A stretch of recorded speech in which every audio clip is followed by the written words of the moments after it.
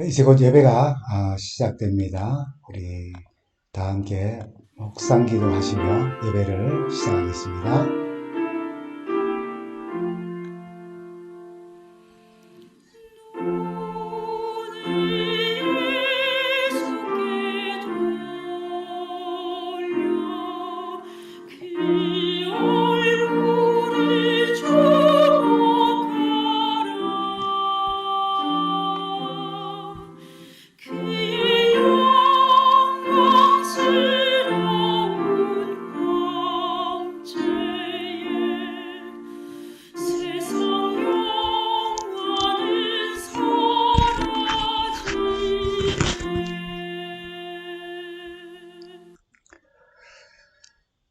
성도 여러분, 한 주간 잘 지내셨습니까? 오늘은 우리가 함께 나눌 말씀은 내일 미국 어머니날을 우리가 맞아서 마태복음 15장 21절에서 28절 말씀을 통해서 어머니는 자식을 위해 개취급을 당해도 개의치 않는다는 그런 말씀으로, 그런 제목으로 말씀을 나눕니다. 그러면 어머니라는 단어만으로도 마음이 푸근해지고 또 넉넉해집니다. 어머니의 사랑은 어머니의 노래, 은혜라고 하는 그 노래 가사만으로도 우리의 곳곳을 찡하게 만들지요. 나실 때 괴로움 다 잊으시고 기르실 때 밤낮으로 애쓰는 마음, 이렇게 시작되는 노래 우리 잘 알고 있습니다.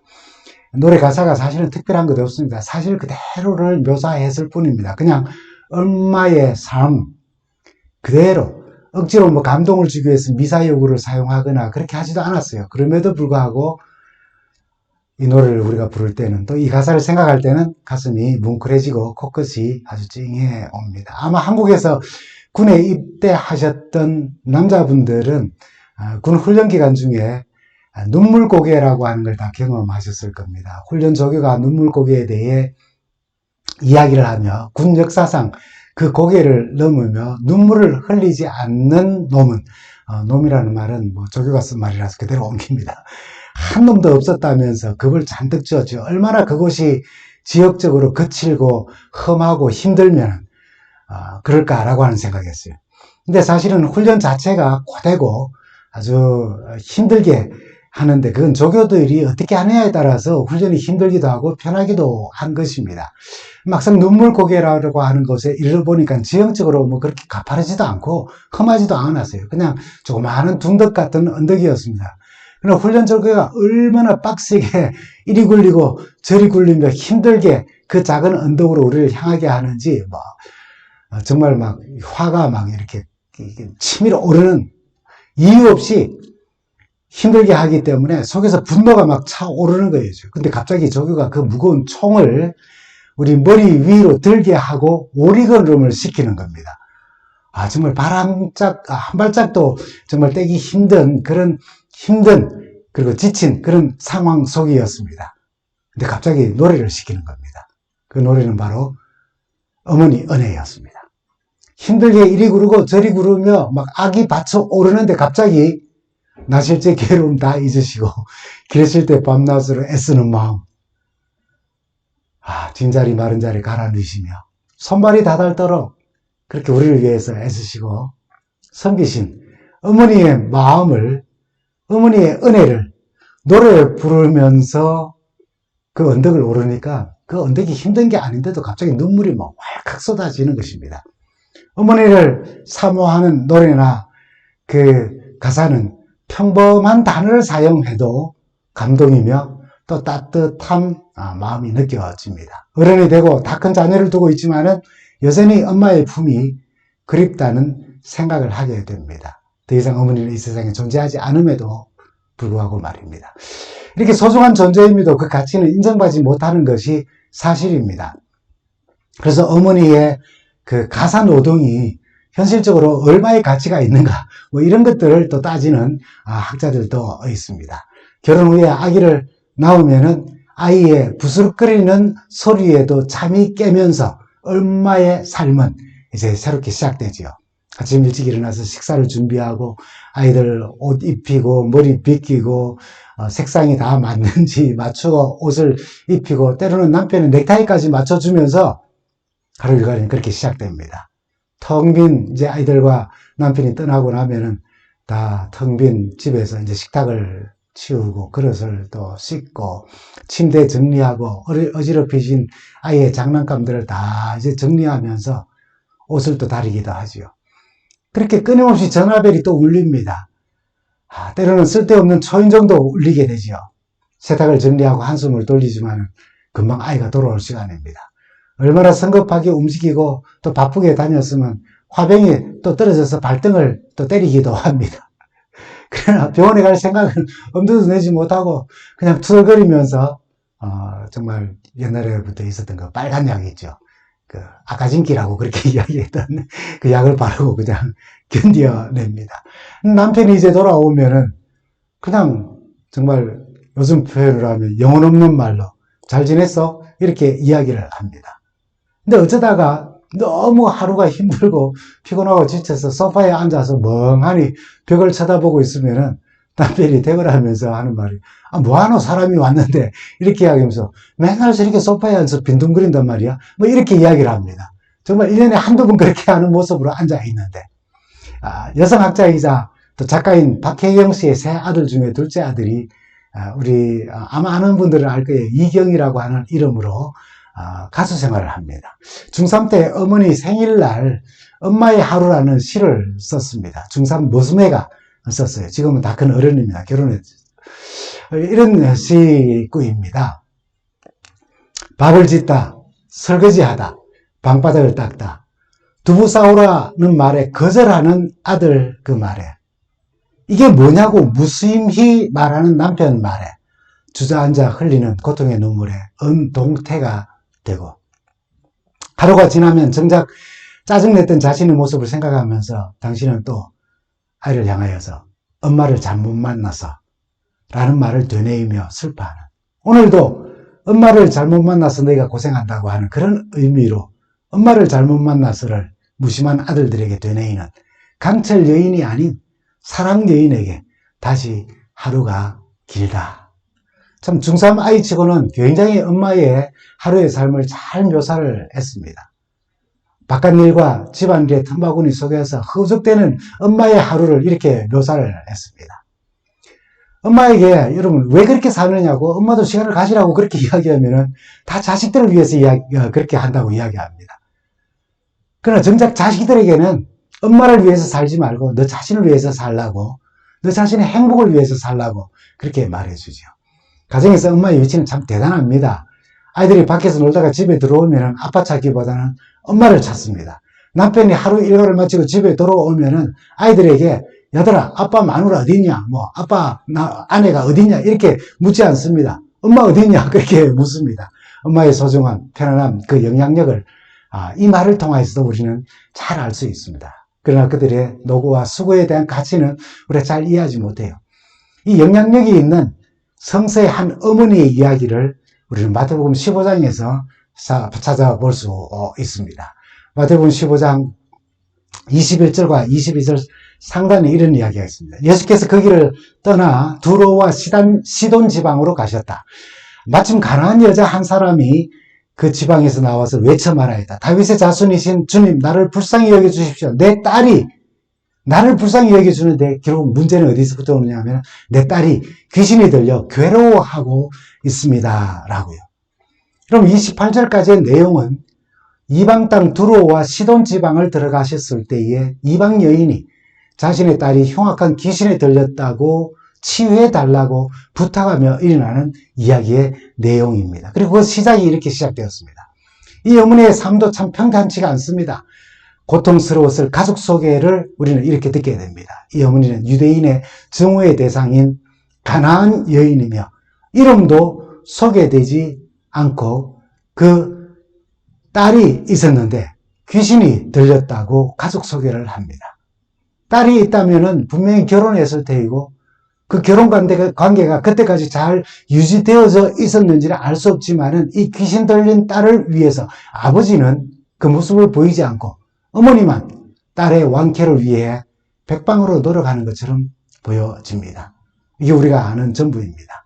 근데 중요한 것은 그녀가 예수와 단 한 번의 만남이 있었고 그 만남은 그녀가 이방인이었다는 사실에서 순탄치는 않았지만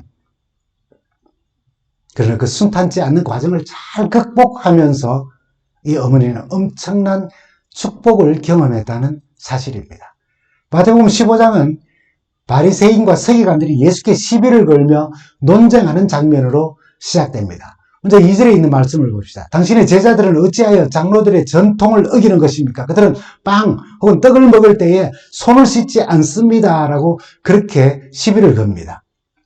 주님은 그들에게 너희의 전통으로 하나님의 계명을 범하면서 하나님을 헛되이 경배한다고 아주 심하게 대응을 하시고 덧붙여서 안 씻고 먹는다는 비난에 대하여서는 입으로 들어가는 것이 아니라 입에서 나오는 것이 사람을 더럽게 한다고 그렇게 말하며 맹인이면서 너희들이 맹인을 인도하는 것. 그래서 다 같이 구덩이에 빠지게 될 것이라면서 심판의 메시지를 함께 전하십니다. 그리고는 거기를 떠나 두로와 시돈이라고 하는 땅에 그 이방 땅에 이르러 이 여인을 만나는 것입니다. 이제 22절에 있는 말씀입니다. 마침 가나안 여자 한 사람이 그 지방에서 나와서 외쳐 말하였다. 다윗의 자손이신 주님, 나를 불쌍히 여겨주십시오. 내 딸이 귀신이 들려 괴로워하고 있다고요. 이방 여인이 예수를 다윗의 자손이라고 부른 것은 만왕의 왕이시고 만주의 왕이시라는 것을 간증하는 것입니다. 그런데 23절을 보면은 주님은 아주 관심이 없다는 듯이 한마디 대답도 하지 않습니다.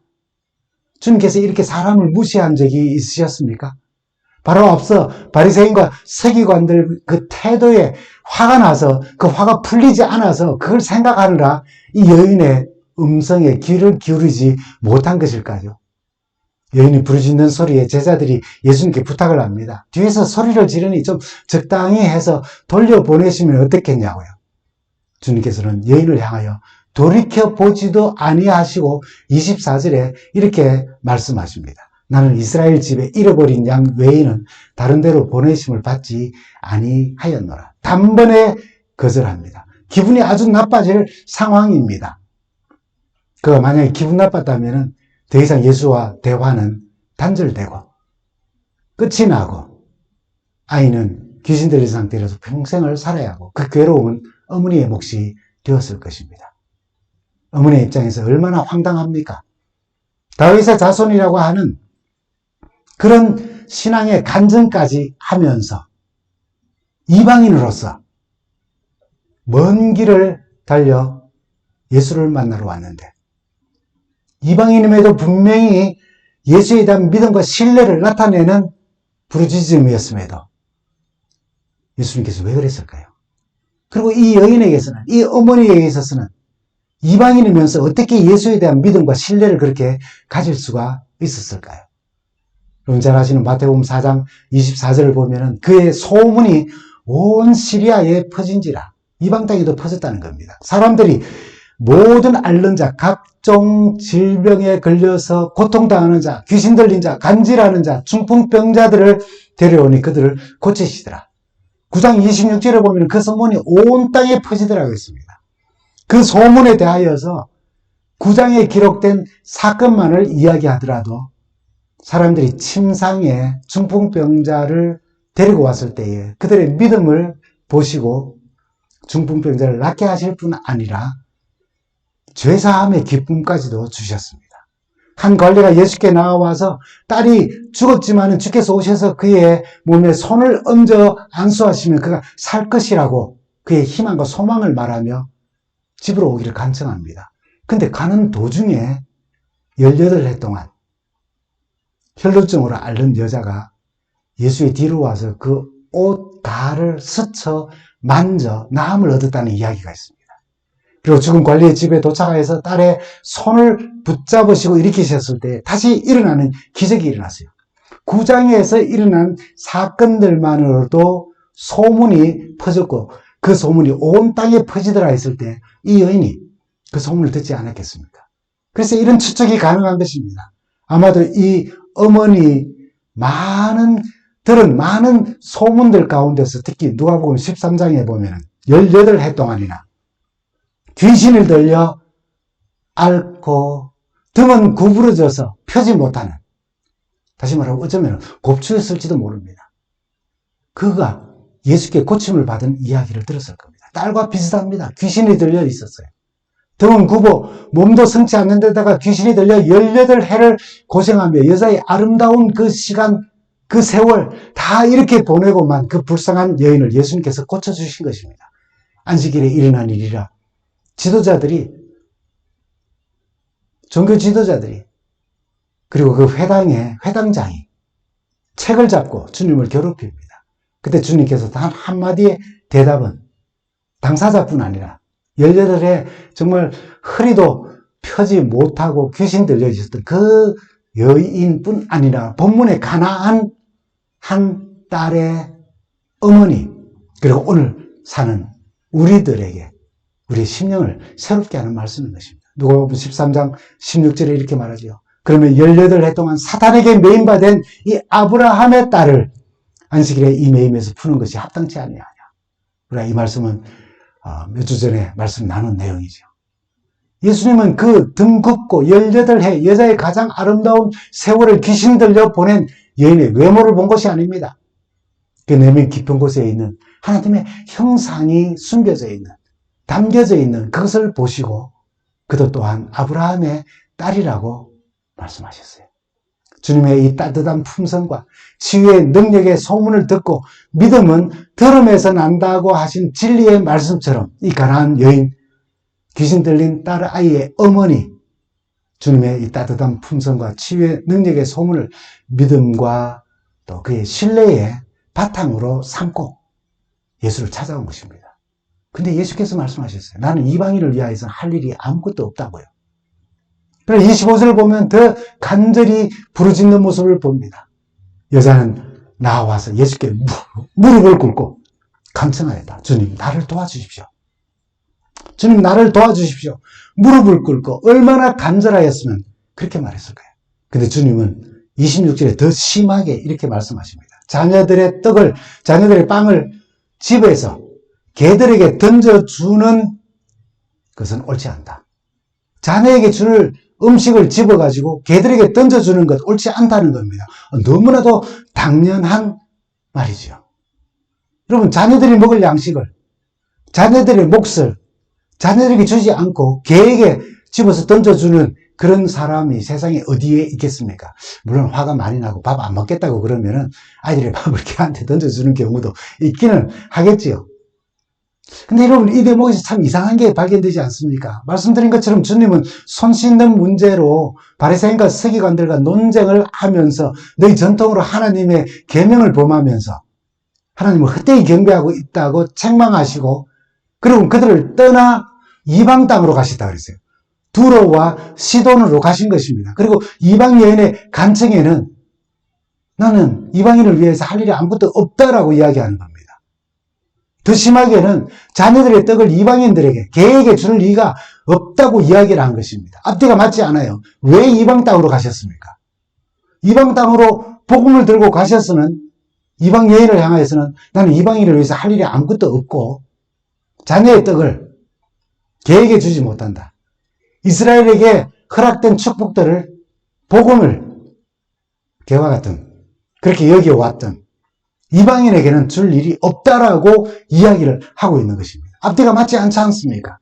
그러나 이 만남의 끝까지의 과정을 통하여서 주님께서는 자녀의 떡과 개라는 표현, 그리고 이방 땅을 방문하신 그 모든 이유들을 우리가 이해하고 알게 됩니다. 그래서 여러분, 이 참 불편한 표현이 있습니다.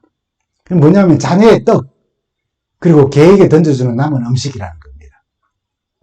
그러나 주님은 역설적으로 이 사건을 통해서 유대인들에게 우선적으로 주어진 그 자녀의 떡, 축복의 떡은 유대인들에게만 이제 허락된 것이 아니다.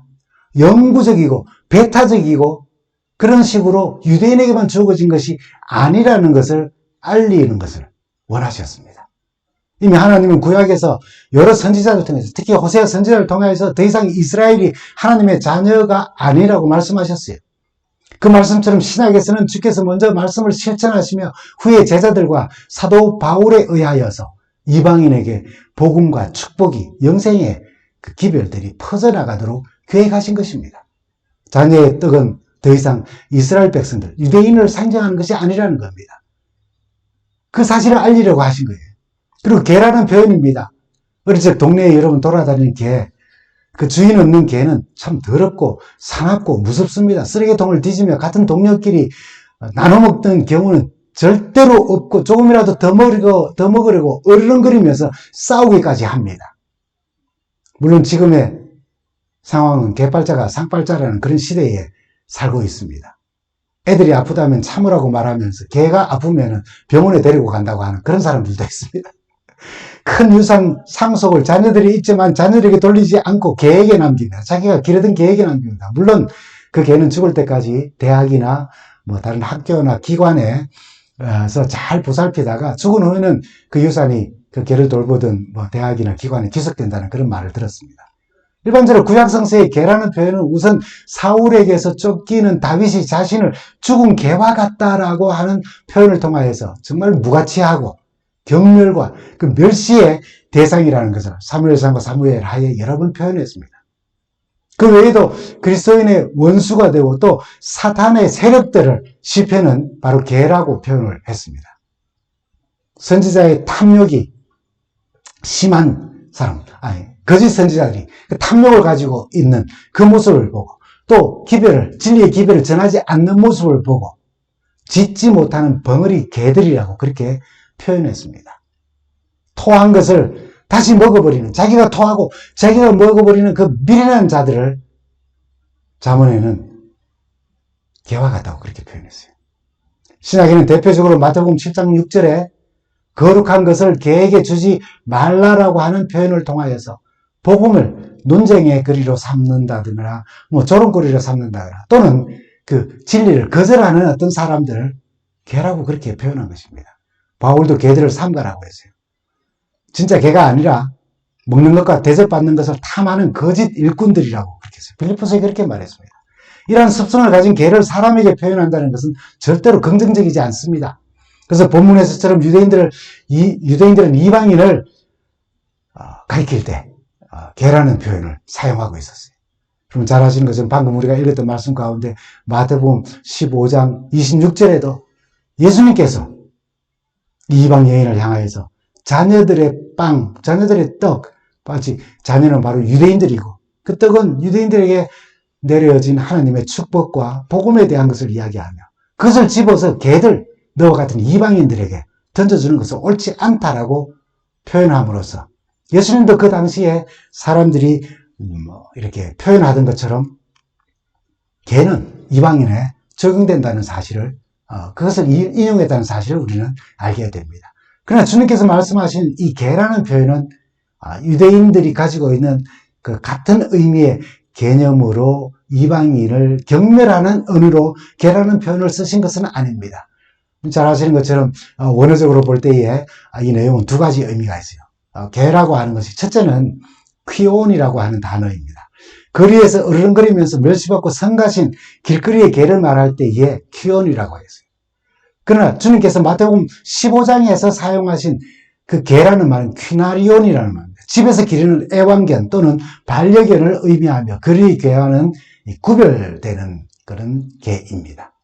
예수님이 이스라엘 백성들의 선입견대로 개라는 말을 사용하며 이방인을 무시하거나 결명하지 않으셨어요. 더럽고 사나워서 경멸하는 그런 표현으로 그런 뜻을 담고 이 여인에게 말하지 않았습니다. 그래서 주님께서는 주님의 사역에 있어서 이방인들보다 이스라엘 백성들, 유대인들에게 먼저 복음을 전해야 한다는 의미로 자녀보다 개가 먼저가 절대로 자녀보다 개가 먼저가 아니라는 것을 일상적인 어떤 우리의 습성 속에서 그것을 말하면서 자녀들을 먼저 먹이면 분명히 그것을 먹고 남은 것은 집에서 기르는 개에게 그 몫이 될 수도 있다라고 하는 것을, 될 수 있다는 것을 분명히 말한 겁니다. 이 이방 여인에게 있어서는 그 절실함이 이 표현 속에서 복음을 발견하게 하였습니다. 개라는 표현이 불쾌하지만은 주님의 말씀 가운데 어머니는 이 복음을 발견하고 용기를 얻었나 봅니다. 그래서 자신이 발견한 복음으로 이렇게 예수님께 다시 간구합니다. 27절에 말하죠. 그 여자가 말하였다. 주님, 그렇습니다. 그러나 개들도 주인의 상에서 떨어지는 부스러기는 얻어먹습니다. 라고요. 그때 주님께서는 28절에 이렇게 말씀하시죠. 그제서야 예수께서 그 여자에게 말씀하셨다. 여자여, 참으로 네 믿음이 크다. 네 소원대로 되어라. 바로 그 시각에 그 여자의 딸이 나았다라고요.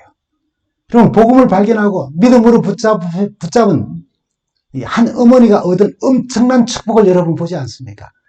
비유적으로 개 취급을 당해도 아픈 딸을 위하여서는 주인의 상에서 떨어지는 부스러기 은혜를 바라는 그 개의 심정으로 그 마음을 잃어버리지 않고 그럼 주님 만난 그 소중한 만남을 기분이 나쁘다고 불쾌하다고 아니 이럴 수가 있냐고 하는 그런 마음으로 돌아서지 아니하고 끝까지 간구하는 어머니의 모습을 여러분 마음에 한번 그려보십시오.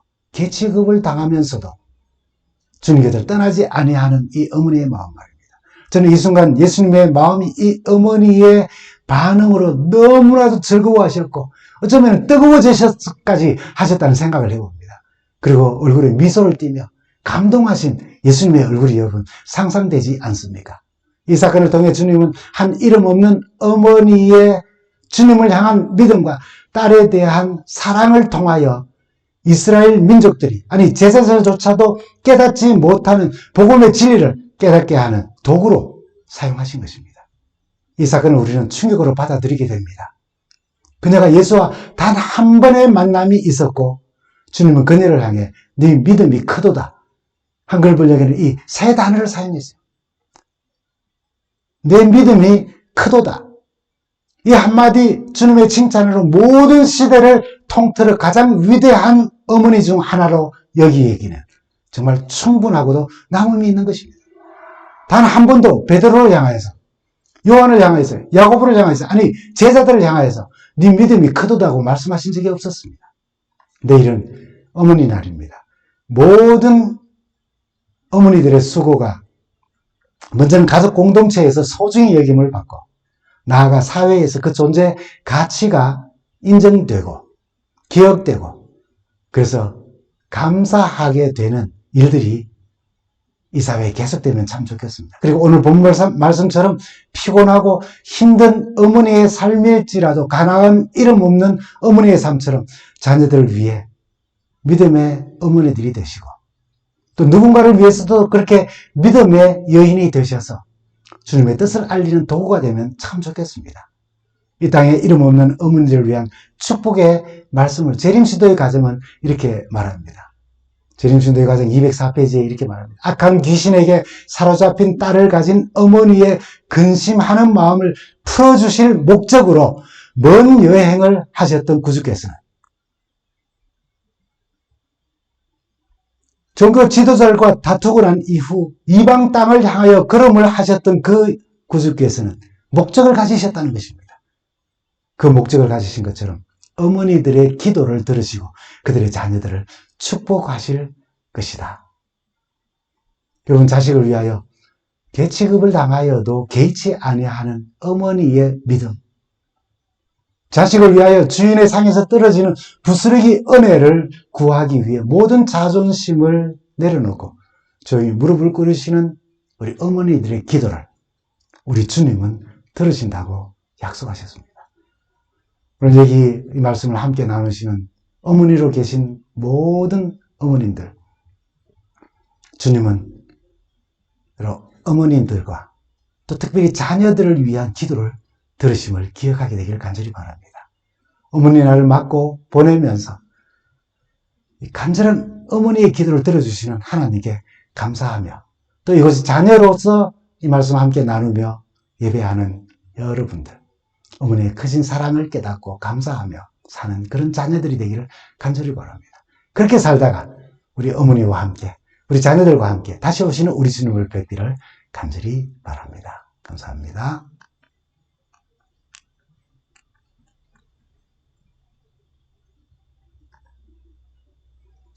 주님과 동행하며 행복하고 즐거운 한 주간 되시기 바랍니다. 감사합니다.